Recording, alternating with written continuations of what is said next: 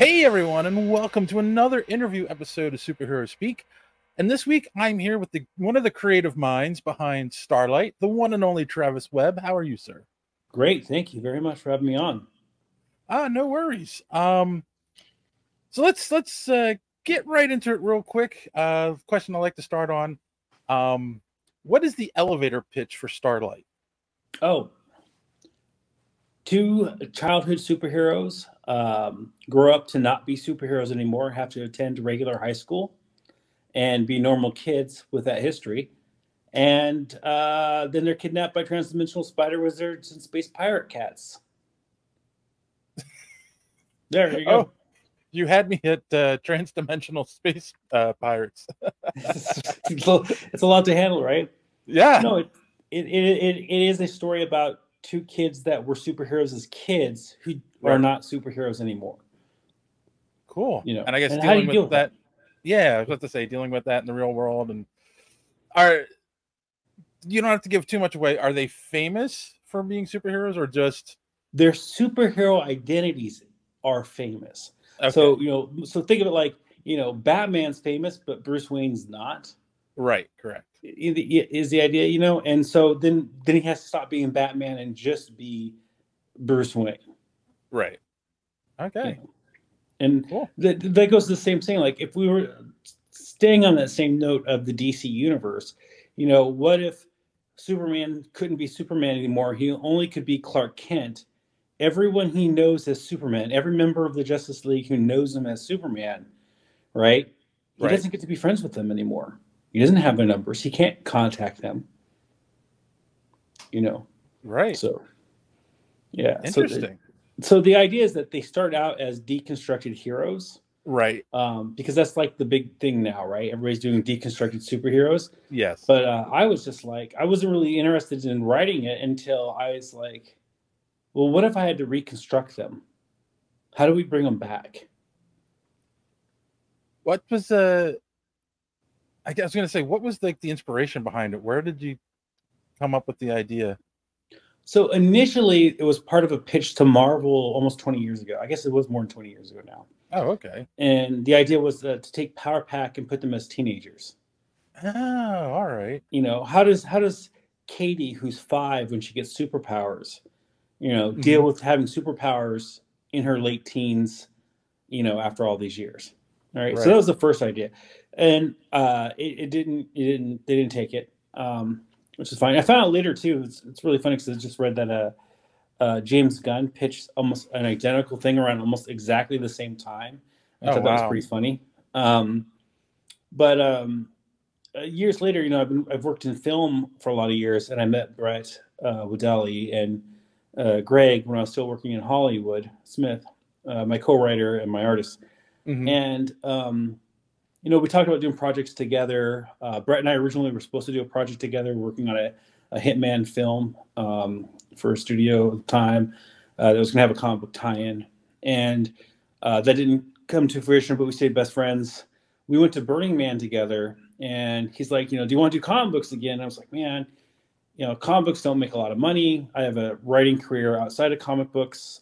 Right. But I'm making enough. I really miss that was the whole reason I learned how to write, was to write comic books. So I love the medium so much. I Right. love looking at panels and trying to determine like how fast something's happening, how slow something's happening, how the narrative's unfolding on panels, page turns, where things land in the pages, how many Right. pages I have. That's a lot of fun for me, and I really wanted to go back to it because it's what I started out wanting to do in the first place.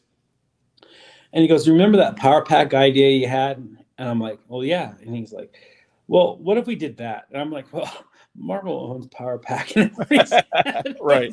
now we're at Burning Man, right? So I'm going to be honest, we're in kind of a Burning Man head state, if your listeners Yes. know what I mean by that. And I'm I think like, some of them will. Yeah. yeah. Someone are going to be like, oh, so he's like, well, because one of the ideas I had was one of the kids from Power Pack, going to raves. And he said, well, what if you made one of them raver? I said, well, no, I don't want to make one a raver because I have a history in rave, right? Okay. A long history in rave. And I was like, I don't really want that in my writing career. But if I could have transdimensional spider wizards and space pirate cats, I might think about it. And I was doing that to be kind of a jerk. Right, And right, right. he went, "Yeah, I'd love to draw that." I was like, "Well, now I want to figure out how to do that."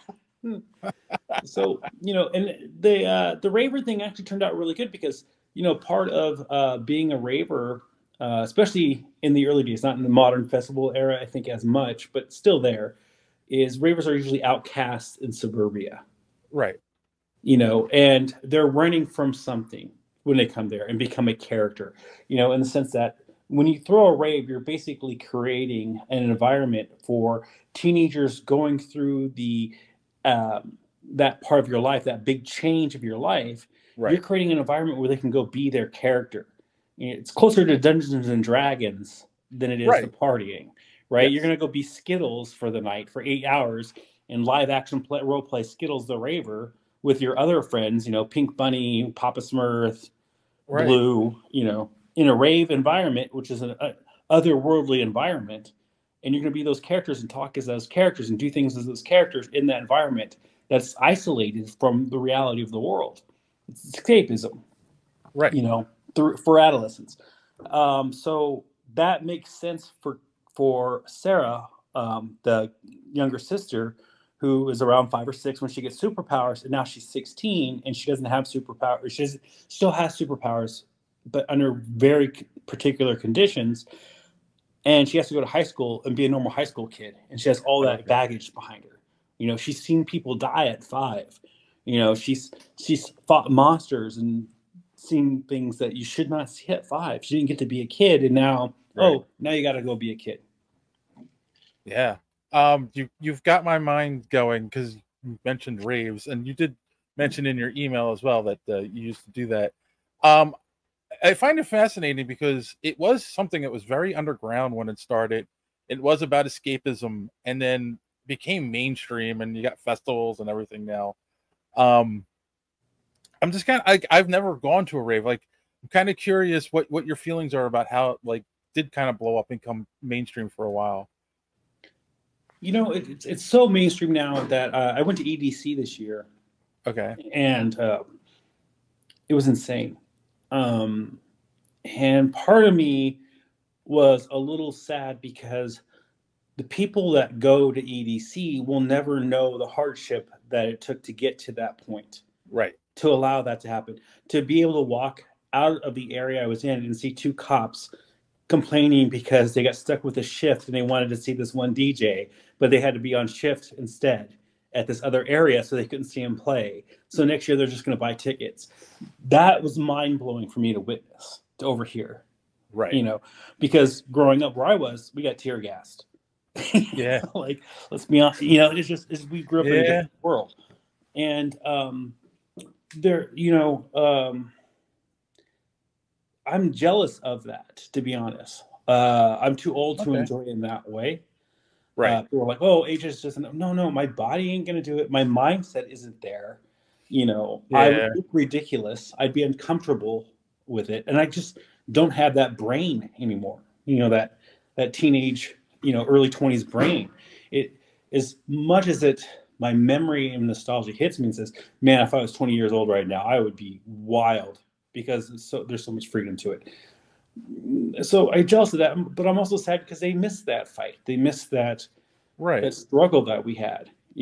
So I'm of two minds. I think if you're older now, I would not recommend going to a rave because raves still exist. Right. Right? They're still happening in small spots where you have a bunch of candy kids, really hardcore music, 4 flat beats, pounding, and they're Hmm. wonderful, but we don't belong there at our age, right? That's Right. their space.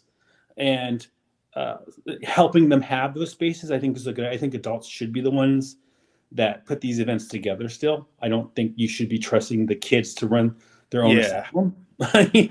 Yeah. But I also think that we are no longer should be as welcomed as part of the and I can be wrong. People can argue these things, right? There's freedom across the board. No, But but it's a, because that way you're trying to make a space that's for kids to be able to escape. Like, yes, you want to make sure they're safe, but you don't, if you're invading that space, they might not feel safe anymore. Right, right. You become something that's abnormal, and you damage the space by trying to interact in the space. Yeah. Even observing it, you're causing something. It's an old sociology issue, right? We can't, Yes. right? We can't really observe without infecting, right? Yeah. So I think that if you want to experience something like that, the festival world exists, and that is a better space for us as adults. Yeah. And club nights, you know, uh, because you may have already kind of missed that bus, but it doesn't mean the adult version of it isn't fun. I have a great time at festivals. I have a good time. I live in Vegas, Okay. so, you know, and because of that background, I'll be honest, sometimes I get calls. They're like, I'm going to be in town playing at Win. You want to come green room with me? And I'll pop in. Right. And those are good spaces, and you'll still get that, but you'll get it at a level for you. So I don't recommend, if you're not a teenager or your early 20s, I don't recommend going to a rave at this point in the experience. I do recommend, if you want to still feel that, because you can still be that in that kind of environment, hitting a Hmm. real full scale festival, hitting a big club night, or so forth. You know, Yeah. Well, I was also thinking to your the body's not capable anymore. I actually last weekend went to a concert with my girlfriend. It was Living Color and Extreme. Um, who they were real big when I was young, so I wanted to go see them. And near the end of Extreme's set, my girlfriend sits down and just slumps down in her chair, and I'm like, what's wrong? She looks at me. She goes, "We're old." Like, just being on your feet for 3 hours, and jamming to the music. It's just, yeah. You get to a point where, yeah, you can't do it as much as you want to, but the mind is still willing. it wants it still, but yeah. Yes. So how do you go from doing raves to writing comic books? Like, what was your journey to comic books? Well, I started out with comic books, raised for the secondary. Okay. So when I was younger, I wanted to be a comic book writer. That's always what I wanted to do, which is interesting because there's.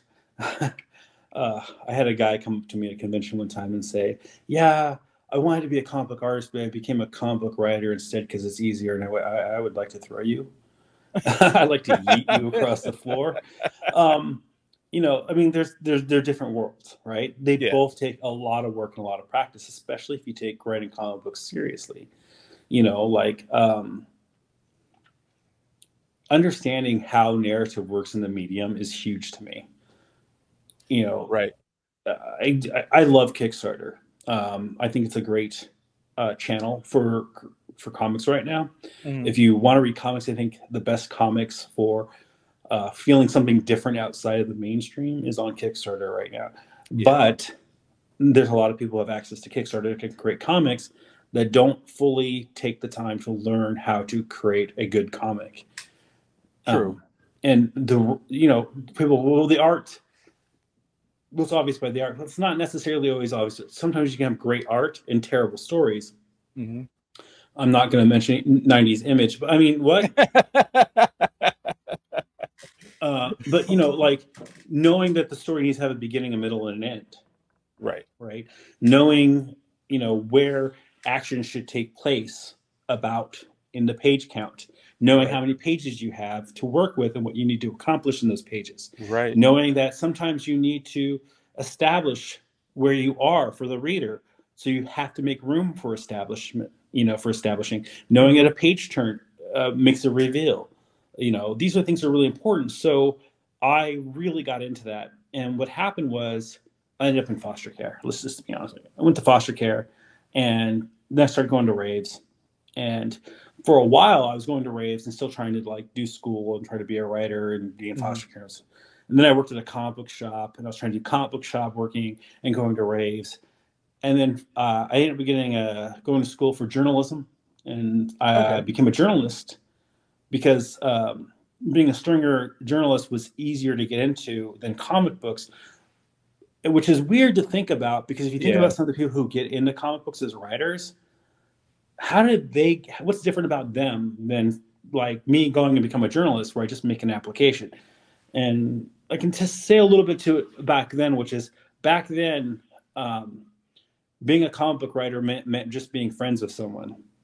I'm going to be honest. Yeah. If you didn't have the access to be friends with people in the industry, you probably were never going to become a comic book writer. Art's a little bit different, but writer-wise, it was always you're somebody's buddy. Yeah, I mean, I'm not gonna lie. There's a lot of writers that also that are still around, that have been around for decades, just because, like you said, they know someone and they don't like to go to the outside and bring new people in. They're afraid to take chances a lot of times, and because they know that that's Eric Larson. He sells books, right? So like, oh, let's bring him in for a Marvel project or whoever. I'm sorry, Eric. We're friends on Facebook, and it's the first name that popped in my head. But it's like, and I get it, and I know there's also a lot of, even more so with the writing, because you're right, the art a lot of times it is like, how good is your art? But the writing, it's a lot of selling yourself as well, right? And if you can't sell yourself and you don't know someone, it's really hard to get in. Well, it's just even knowing who to sell yourself to. It's not like we have. You don't go to conventions and have portfolio reviews for writers. No, you don't. And so discovering that at that point in my early 20s, I did get a comic book gig right out the gate because of convention working. That's really where you get yourself as a writer, at conventions. Yeah. And that's also when I discovered that everyone I've met in the industry had no money. They like, let's be honest here. Yeah. And this is during the time, this is before Kickstarter. This is when we still had real, the old publishing cycle still going on. Mm-hmm. And, I had friends that were like getting film gigs, having their work sold and couldn't make rent at a cruddy apartment, Yeah. And being someone that at that time was in and out of foster care and living on couches sometimes, I didn't know how I was going to do that because I didn't have a spouse or family that could take care of me. Right. So I had to make a choice then to not be a comic book writer, no matter how big of a dream it was, because I wasn't going to get the opportunities to go to conventions. I wasn't going to get the opportunities to make friends with people. And even if I got all those things, there was no way I could survive living off what they were offering. True. So that was a rough decision. And the rave thing happened. So I was still going to raves. Around the time I was a journalist, somebody flew airplanes into the Trade Center. Mm-hmm. And I was covering a lot of that. I was very young. I just gotten my job working for the paper. Mm-hmm. And now I'm covering like one of the greatest tragedies in U.S. history. And it was just devastating. So I started partying extra hard, I'll be honest. Mm-hmm. But the rave scene kind of died at that point. Not so much because of that, but also there was a huge Dateline, and then later, like 48 Hours, there was these big specials about how kids were going to raves and dying. That wasn't really happening. Right. But that was on the news. And so there was a lot of weird stuff happening. And the other thing happened, this is something you'd only know if you were in our area, but a lot of the music changed. It went from really banging, loud rave music to house music, which came from the club scene, and trance, which actually really came from the club scene, moved into the rave scene, became the dominant forces in rave. So, and candy raving kind of went out of fashion, and everything became house and trance and a little bit of breaks. And if you were an older raver, or not older, but older as in 22, right? Mm-hmm. Right. And you wanted to still experience like rave, like crazy, let's be nuts. You had to find something. So I liked very wild parties. I liked the feeling at a rave of complete chaos. Right. There needs to feel like there's nobody holding the reins, but there is. So how do you create that illusion? So I started getting into that, and my friend loaned me like $600, and I threw a rave, and then I threw another one because I made a bunch of money, and I made a bunch more money, and then I started getting into like same thing happened with the comic book writing, right? I started like looking at like how do I make an image in this rave? How do I create a rave? So when I go up at stage at midnight, this is what I want to look like. Like I want everyone to be dressed up like this. I want the staging to look like this. I want the lights to be like. I want everybody cheering for this kind of music. How do I achieve that? So I'm going to build a flyer. I'm going to build a name. I'm going to build a process. I'm going to inspire people. I'm not going to tell them what to do. They're going to be the X factor, but I'm going to try to see if I can get them to come be part of my canvas, be my paint to my canvas. Right. I got really obsessive with that. Cool. You know. Oh, anyway, so I got really successful. I ended up buying a nightclub. Things got a little weird for a minute around 2006. I mean, I don't like bringing it up, but if people want to Google News me from 2006, my name, some stuff happened, stalking, bad things happened, left me scarred. And then like at the same time I was doing that, I still worked on my writing. So I was a technical writer the whole time on the side. I've been a technical writer this whole time. Technical writing pays better than comic books. Heck, it pays better than Hollywood, to be honest, because I did both for a while. And so I did that for a long time, and then I became a consultant in Hollywood for screenplays. And that's how I met Brett, and Brett dragged me back into comic books. So here we are. Wow, it's a long, interesting road, but I'm sure it fuels a lot of your writing too at this point, your experiences. I want to ask you something, and we tend to avoid this kind of stuff on the podcast, but you said something and it's really playing out in my mind. You got into working in the news, right? Writing for a newspaper around 2000, 2001. And then, of course, at the same time, there's exposés on TV news saying all these kids are dying at raves, which isn't true. What were you thinking? Like, I'm getting into this industry, I'm writing news, yet the news on TV is, painting a picture that isn't true. So you learn about that in school, and the media is technically the fourth estate, right? We call it the fourth estate, right? Government, the House, the Capitol, executive, judicial, and then media, right? And the media is part of that checks and balances. So one of the things that people often forget, including myself, I've been a victim of this. The news reports the news. If you tell the news that kids are dying at raves, they're going to report that because it's money. Now, if they make up that people are dying at raves, now they're liable. Right? So someone's telling them this is happening. Parents, they don't have to go any further than that. If some parents say, we know that some kids have died at raves, or they can find a kid that did die at raves, now they're justified. Because people have died at raves. I was at a rave. One of my friends who was also working for me overdosed and died at the rave, right? And I can tell you that the media has never let that one death in 20 years go in Seattle. Right. People tell you, oh, I had friends die at raves in Seattle. I can tell you more than likely, unless they knew that one person, they did not, because I was there. Right. But that's enough to justify the claims. So always remember this when it comes to media, and this is really important in our current state. First, be aware of who's reporting to you, right? Are they actually a journalist, or are they I just forgot the word, editorialist, right? An editorialist is someone who's telling you their opinion on the news.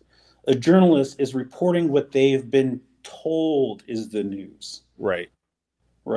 So a lot of times, especially now, we changed the rules. The rules have changed recently, about 10 years ago, where we no longer have to say, this is an editorial. So we can present editorialism as news now. And that's been going on for about 10 years. So when people are wondering what changed about here in America especially, what's changed is we have a lot of editorialism being presented as news programs. Right. And they don't have to identify that. They can make it look like the news, treat it like the news. They dress like an anchor. They're an anchor desk. They're doing news stories, but because of editorialism, they can spin it. Right. And I think we also have a growth of a lot of independent media, people on social media with a channel, and they're presenting their opinion on the news, but people are taking it as news, as fact. Right. And it's like, that's why I'm always, when we're doing the show, because we do it live on Sunday nights, like, we're just three idiots talking about entertainment news. Don't take anything we say seriously. Right. And you're reporting the news. You're just saying what you heard. And as long as you're clear about that, I think that's smart. I think that your audiences, all of our audiences, need to be aware if someone at the New York Times reports something, right, and it's wrong, there are two things you got to remember. First, it's unlikely the journalist went into that knowing it was wrong. Right. Now, they may have bias and they wanted to report something that was bad because it would have got, it's what they want, but they didn't go in to this usually. And when they do, they get in trouble, like they get fired, right? But it also means that doesn't mean the whole New York Times is wrong. Right. There are tons of other journalists working for the New York Times who are doing great work, and there's an editorial board doing their best to keep that from happening. So you shouldn't write off the New York Times, because here's the thing. The New York Times has to sell advertising to pay people. The New York Times has to be as accurate as possible, or they won't get advertising. So the New York Times has a greater investment in not doing exactly that, reporting incorrect information, than say John, who started a YouTube channel, has 20 million followers and screams constantly about one subject matter. Correct. Yeah. The person you should trust is definitely not John. I mean, he's entertaining, right? Right. I probably have John's on my YouTube stream that I watch, if you will, know, but the investment is different. And when people attack mainstream media, I know you want to listen to the not mainstream media, but look at what their resources are, right? Right. The not mainstream media is just bouncing off the other not mainstream media, and nobody's really doing anything investigative. None of them are really doing journalism, right? And none of them have anything to lose when they're wrong. Exactly. Yeah. Yeah. No, that is true. So, all right. I guess a question building off of that, but gearing back into comics, and along the lines of advice, and you talked about cons as well. What's a piece of advice that you would give to someone who wants to start out as a writer? It's funny. I'm going to say a piece of advice that another writer says all the time, and a lot of writers say. First learn how to write. Okay. But all right, go experience some life. A lot of writers that send me stuff I read or I buy about realizing what's happening, their influence on their writing is other writing from other media. Right. Like, how many times have I read Tolkien that's not written by Tolkien? Quite a few times. Right. And it's because they're only writing what they know from other books. My favorite example is police officers. And this was happening in Hollywood for a long time when I was there, and I used to bring this up all the time. Most writers don't know how police officers actually act, what their job is, what they're supposed to say, and how they normally act when they come up to someone's house. What they write is what they've seen on TV. Other writers write, which is what they've seen on TV, which is other writers have written. Friday, the detective from that show, when our parents were children, right? Dragnet has been the archetype for police detectives since that show's been on, and nobody writes what a real detective acts like or would be like. Right. So if you go experience life, right? I'm not saying go get the cops to show up at your house so you can write a story about it, because it's probably a horrible idea. But I mean, go get some experiences. Now the difference is, when I write a fantasy story, right? I Mhm. can write a fantasy story based on my real life experience, of fighting a dragon over on 33rd Street next to that water fountain. Right. But do you see the difference? Yes. Right. Yeah. So, No, I mean, and even just getting to know how a cop really acts, if you're writing, a book about a space cop, I'm sure they have a lot of the same, they would act a lot of the same ways and have a lot of the same rules that they follow, exactly. Yeah. Exactly. I worked on this kind of a alternate reality with Magic Police, and I Hmm. literally went out and I don't like police officers, but I went out and met with police officers, and I also built some of them from my own experience of seeing them raid raves, seeing how they function, how they react. But I also talked to real cops and said, "Hey, man, if you had this kind of scenario, like I would never have a scenario where a guy's flailing a magic wand at me," and I'm like, "Well, but if you did." Like, Right. what would be the procedures? How would you guys research this? How would you guys prepare for something like what exists that sets you guys up for an event? Like, imagine it's Right. not a wand. Imagine it's a weapon, right? What are the things you have? And they're like, oh, well, we have these things that we got, these documents that we're trained on, and stuff. I'm like, okay, so my magic police have those now, you know. Right. Exactly. So Cool. All right. Another question we like to ask. So the main podcast, we normally sign it off by saying, "Don't let your cape get caught in the door," which started off as a joke, but has become to mean, "Don't let your foibles or shortcomings get in the way of achieving your goals." So, what's something that you overcome in your life to achieve a goal? you want to be about writing or about in general? And anything that comes to mind. Mm. Well, I mean, I kind of already mentioned. I spent most of my youth homeless and in foster care.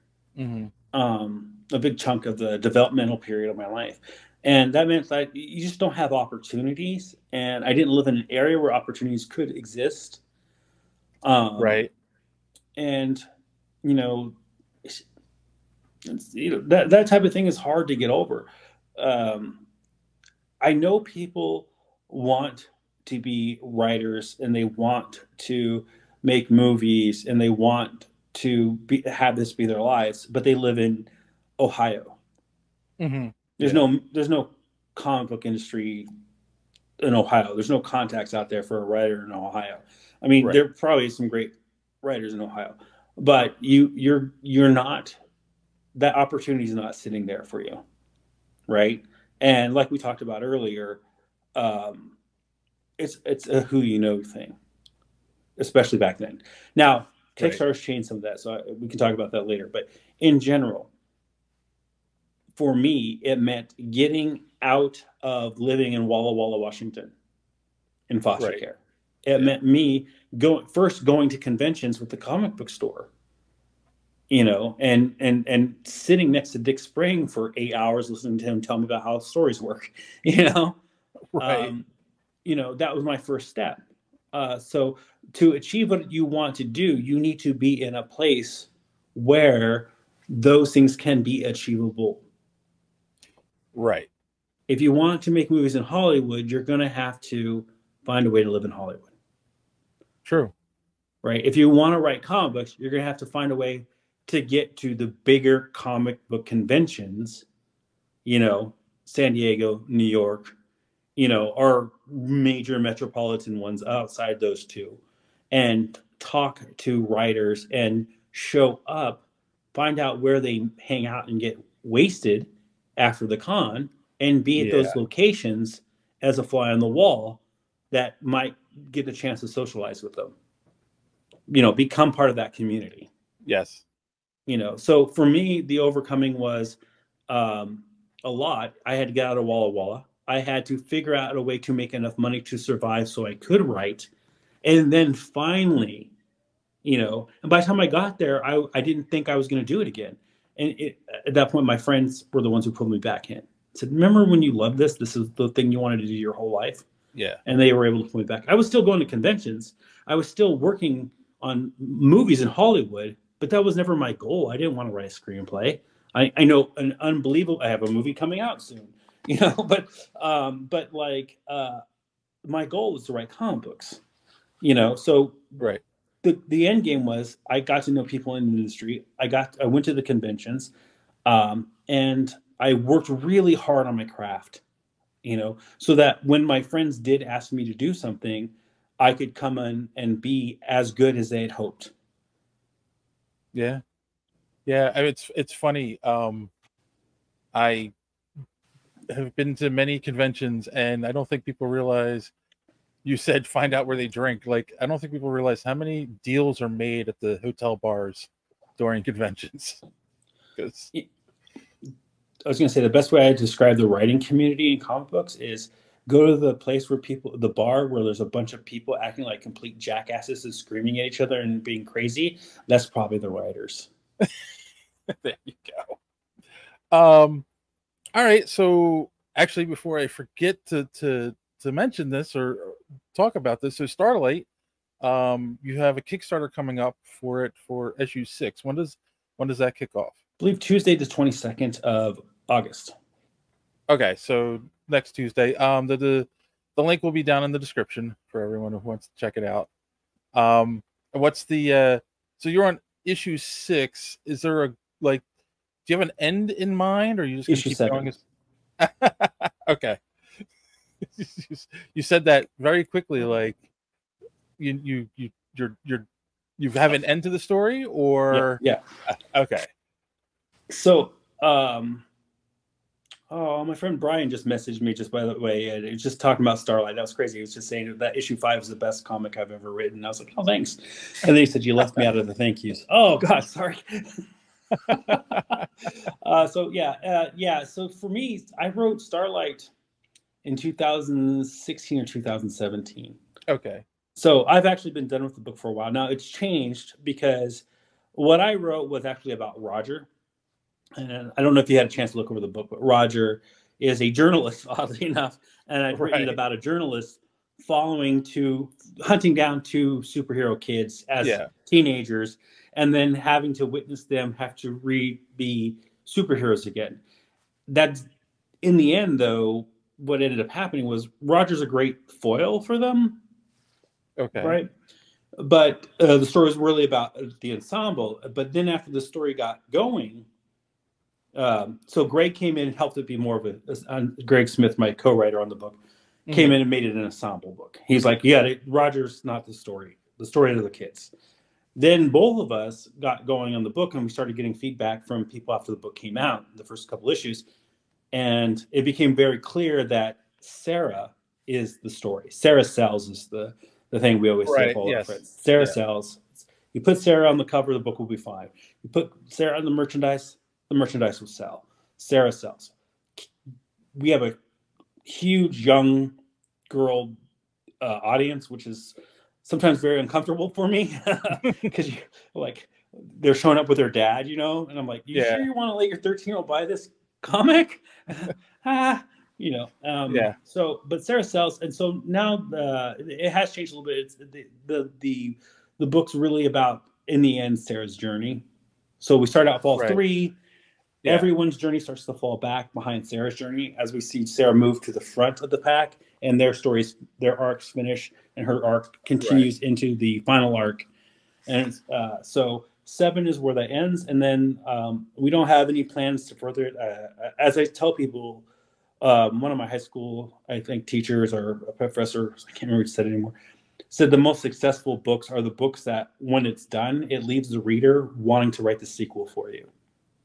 Yes.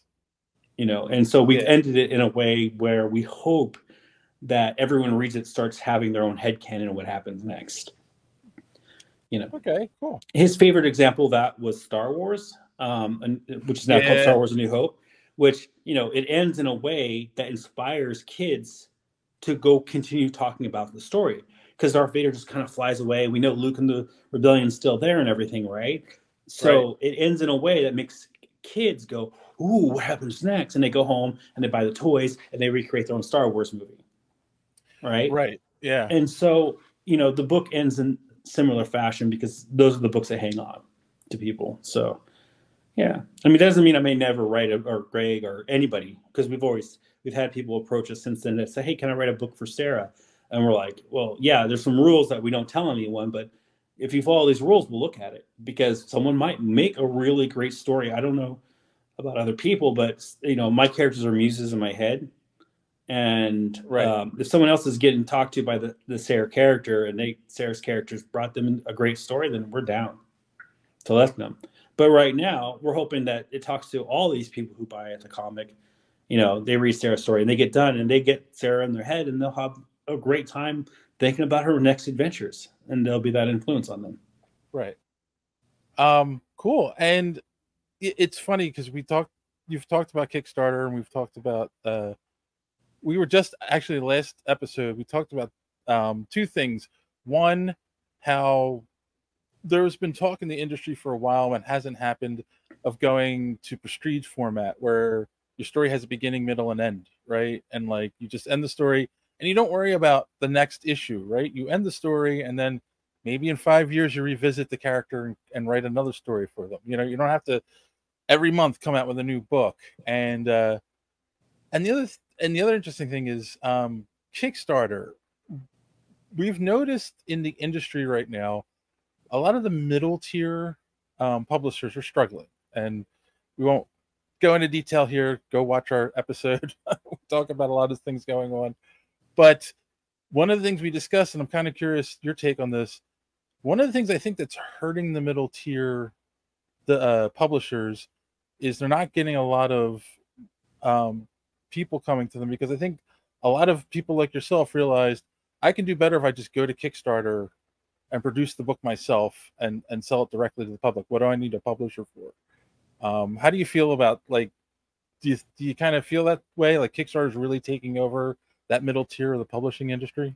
I think it will more so in the future too, but yes, and kind of no. The challenge is the middle tier comic book publishers rely on gambling that the books that they pick up the IP for can be sold as a movie. That's it. True. Right. And so they're always looking for something they think they can get an angle on, and then they'll own the IP. So a lot of the middle tier publishers, especially right now, have contracts where they offer you very low money.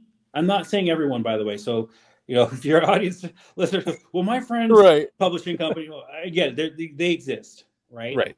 But like a lot of them will give someone like, I'm going to put a number.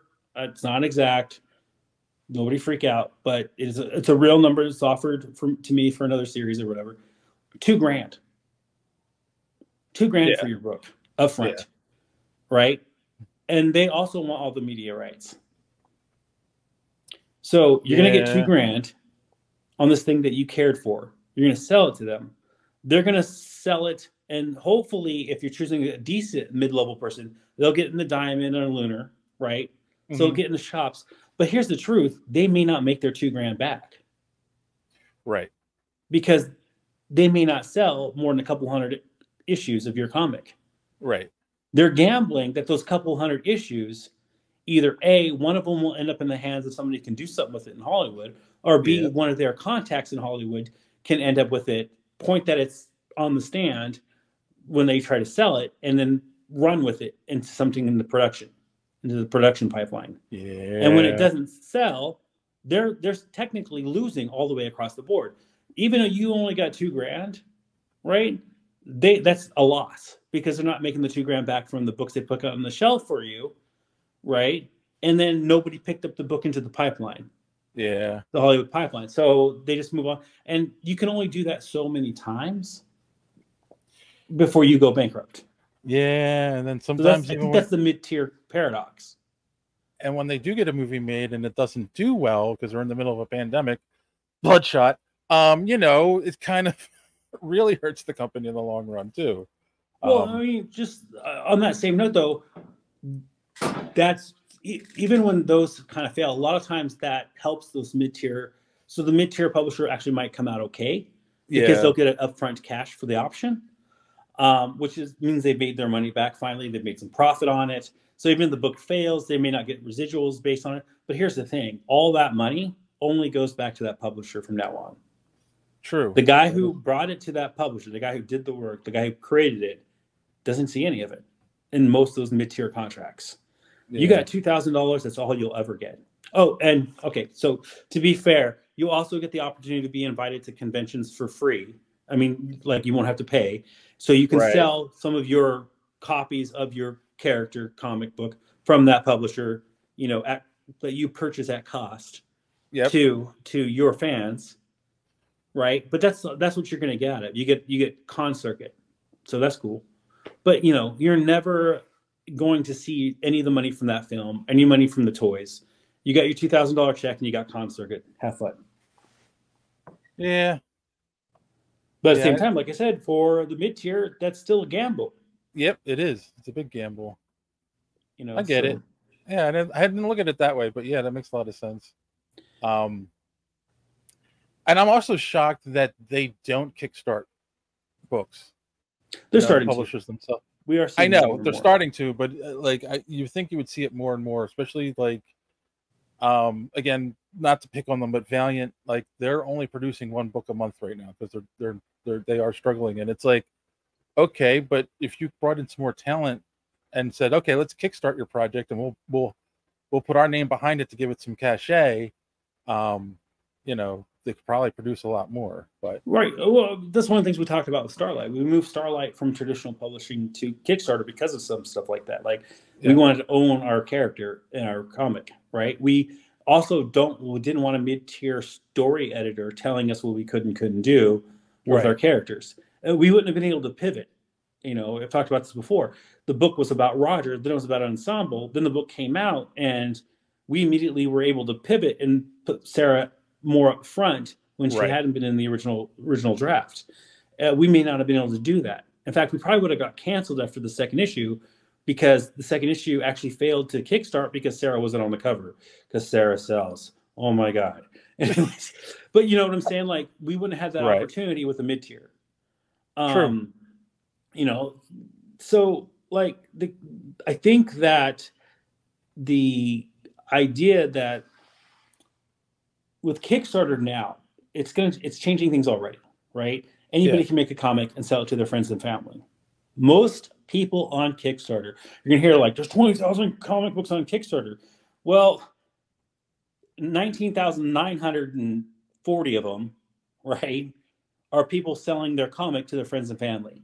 Yeah. Pulling in $500 to $1,000. Yep. Right. Then we move to the guys who are making a little. There's some people making more, 2,000, right? And then you move to what I would call like the Kickstarter comics.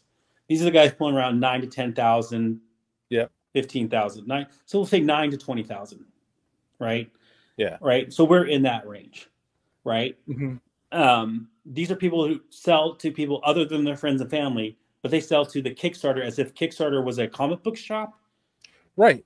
Yeah. Right. And we're their main, you know, titles in that shop. Right. So everyone on Kickstarter probably knows Starlite exists on Kickstarter.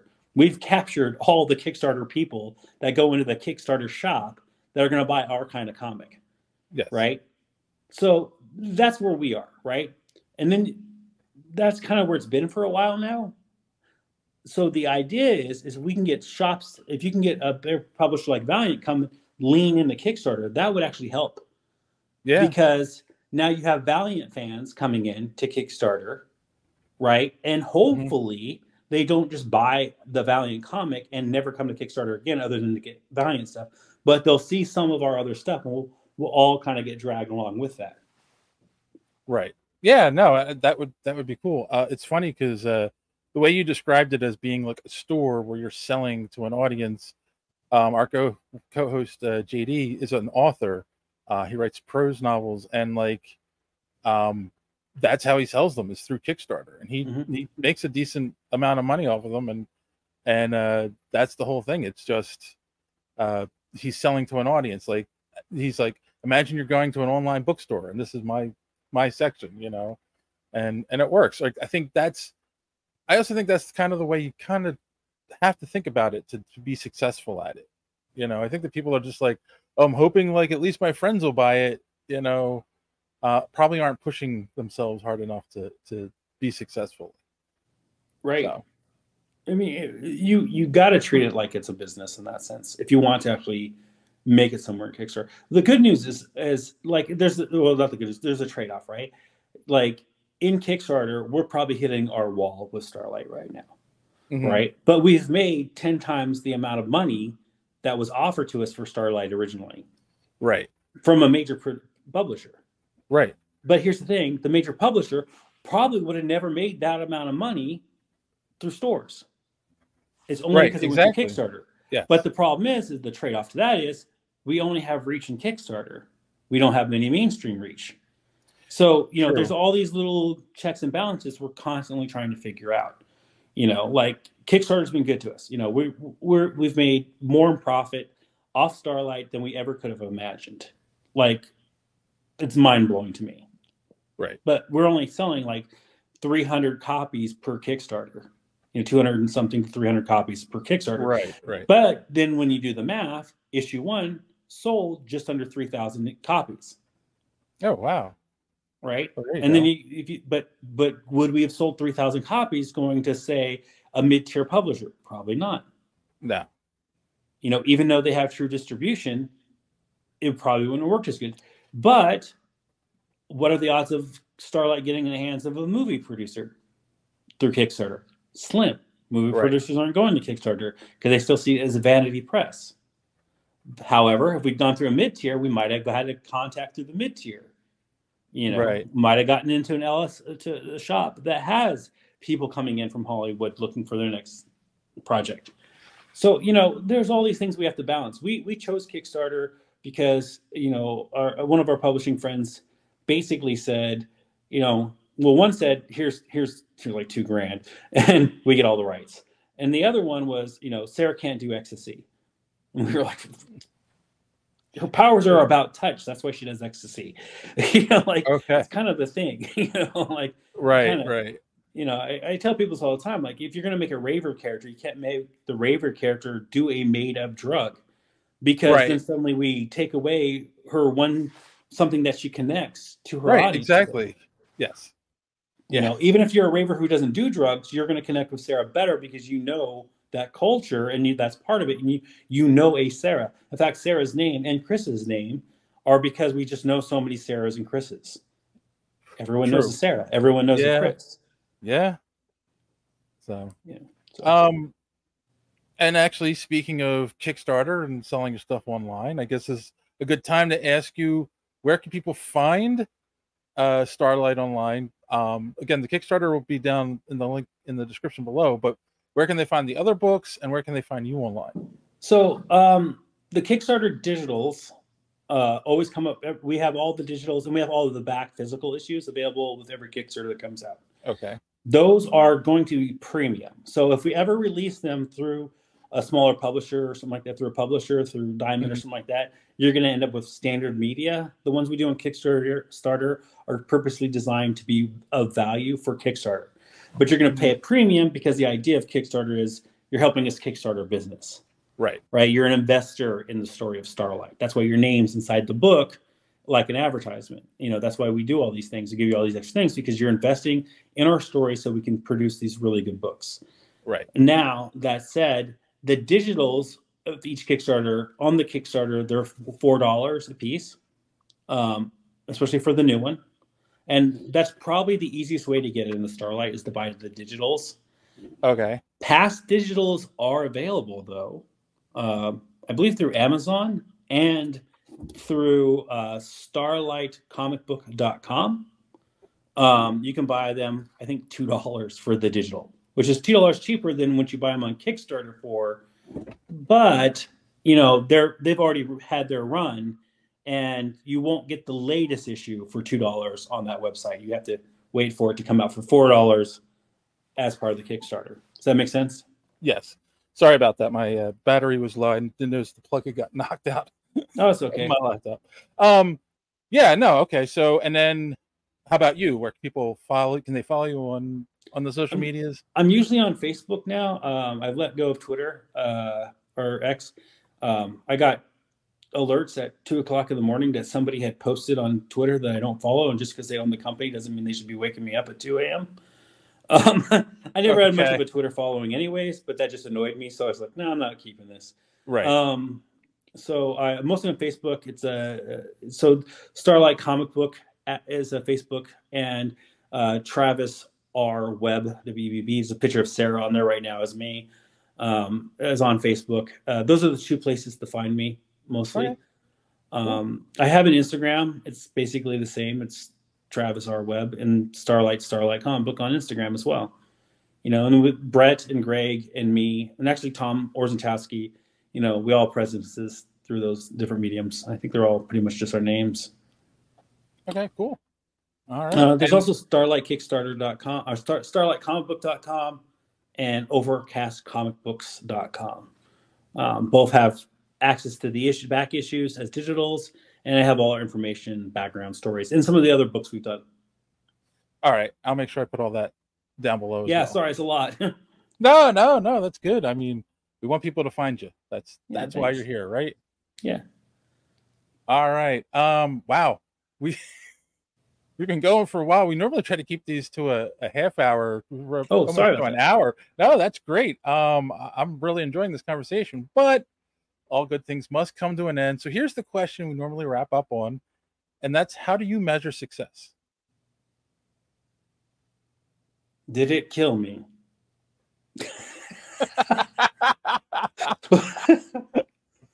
I mean, come on. Most of my failures somehow become successes later in life. Right. People need to understand that. As you get older, you start to realize that failures suck. They hurt, but they're what make you better prepared the next time. Right. You know, I won't say they won't make you stronger. They don't necessarily make you stronger. Sometimes they make you weaker, but they do make you better prepared. And so the way I measure success is against myself. If I measure it against other people, I'm just going to be disappointed. Everyone's doing better than me. There's 22-year-olds working in Hollywood, writing screenplays and getting $1 million for a stupid screenplay. This is terrible. Yeah. And if I look at that, I will never, ever feel okay with my own success. So did it kill me to do it? No. Then it was fine. Did I finish it? Great. Then it's super successful. Awesome. So that's it. All right. Cool. All right. Well, thank you for doing this. And we'll put a pin in it for this week, folks. So as always, thanks for watching. And don't let your cape go out the door. Until next time, have a good week.